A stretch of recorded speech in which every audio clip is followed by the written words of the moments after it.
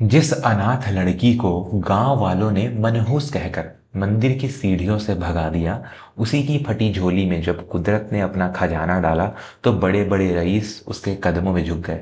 मेरा नाम विवेक वर्मा है। दुनिया अक्सर उन लोगों को कमजोर समझती है जिनका इस जमीन पर कोई अपना नहीं होता, पर शायद हम भूल जाते हैं कि जिसका कोई नहीं होता उसका खुदा खुद निगहबान होता है।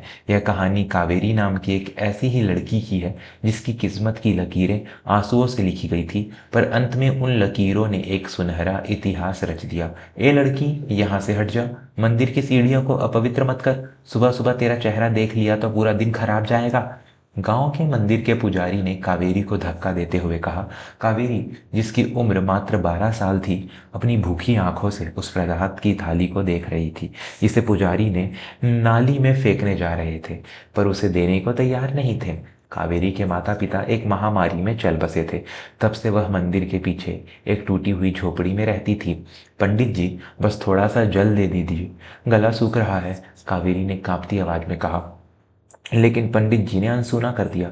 गांव के अमीर जमींदार ठाकुर भानु प्रताप अपनी भारी भरकम देह लेकर निकले और बोले, अरे पंडित जी, इस अनाथ को गांव से बाहर क्यों नहीं निकाल देते? न घर है न घाट, बस बोझ है इस धरती पर। कावेरी की आंखों से आंसू गिरकर धूल में मिल गए।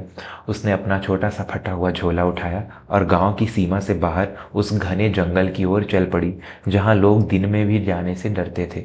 उसे लगा कि इंसानों की बस्ती से बेहतर तो जंगली जानवर है। चलते चलते रात हो गई। कावेरी एक पुराने बरगद के पेड़ के नीचे बैठ गई। भूख के मारे उसे चक्कर आ रहे थे। तभी उसे पेड़ की जड़ों के बीच एक चमकती हुई चीज दिखाई दी। उसने मिट्टी हटाई तो वहां एक छोटा सा लकड़ी का संदूक मिला। वह संदूक पुराना था, उस पर ऐसी नक्काशी थी जो कावेरी ने कभी नहीं देखी थी। इसमें क्या होगा? क्या कोई खाना है? उसने उम्मीद से संदूक खोला, पर संदूक खाली था। उसमें सिर्फ एक पुरानी फटी हुई रुई की गुड़िया और एक मिट्टी का दिया था। कावेरी निराश हो गई, पर उसने उस गुड़िया को सीने से लगा लिया। कोई बात नहीं, कम से कम आज रात मेरे पास बात करने के लिए तुम तो हो। उसने मिट्टी का दिया जलाया और अंधेरे में अपनी उस गुड़िया को अपनी माँ की सुनाई लोरी सुनाने लगी। अचानक उस दिए की लौ तेज हुई और पूरा जंगल एक सुनहरी रोशनी से भर गया।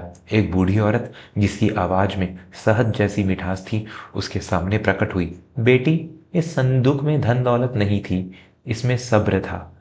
जिसने इस संदूक को लालच में खोला उसे कुछ नहीं मिला, पर तुमने इसे प्यार और ममता से संभाला। वह औरत कोई और नहीं, उस वन की देवी थी। उन्होंने कावेरी के झोले में मुट्ठी भर सूखे बीज डाले और कहा, जा बेटी, इन्हें अपने झोपड़ी के पीछे बो देना। याद रखना, जब तक तुम्हारा मन साफ रहेगा ये बीज तुम्हें कभी भूखा नहीं रहने देंगे। कावेरी सुबह होते ही अपनी झोपड़ी लौटी। गांव वाले उसे देखकर हंसने लगे। देखो, अनाथ लड़की जंगल से कंकड़ बीन लाई है। कावेरी ने चुपचाप उन बीजों को मिट्टी में गाड़ दिया। अगले ही दिन वहां ऐसे फूल खिले जिनकी खुशबू पूरे जिले में फैल गई। वे साधारण फूल नहीं थे, वे नील कमल थे, जो साल में सिर्फ एक बार ही हिमालय की चोटियों पर खिलते थे। वैद्यों और हकीमों की भीड़ कावेरी के दरवाजे पर लग गई। एक एक फूल की कीमत सोने की मोहरों में लगने लगी। महीनों के भीतर कावेरी की झोपड़ी एक सुंदर आश्रम में बदल गई। लेकिन कावेरी नहीं बदली। उसने उन पैसों से गांव में एक बड़ी पाठशाला और अस्पताल खुलवाया। एक दिन वही ठाकुर भानु प्रताप और पंडित जी कावेरी के पास आए। ठाकुर का व्यापार डूब चुका था और पंडित जी गंभीर बीमारी से जूझ रहे थे। वे दोनों सिर झुकाकर खड़े थे। बेटी, हमें माफ कर दो। हमने तुम्हें पत्थर मारा, पर तुम आज सबको फूल बांट रही हो। ठाकुर ने शर्मिंदगी से कहा। कावेरी उठी और उसने उन दोनों को आदर से बैठाया। उसने उन्हें भोजन कराया और वैद्यों से उनका इलाज करवाया। उसने एक शब्द भी ताने का नहीं कहा।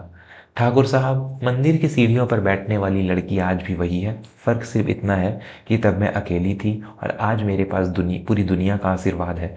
अनाथ वो नहीं होता जिसके माँ बाप नहीं होते, अनाथ वो होता है जिसके दिल में दया नहीं होती।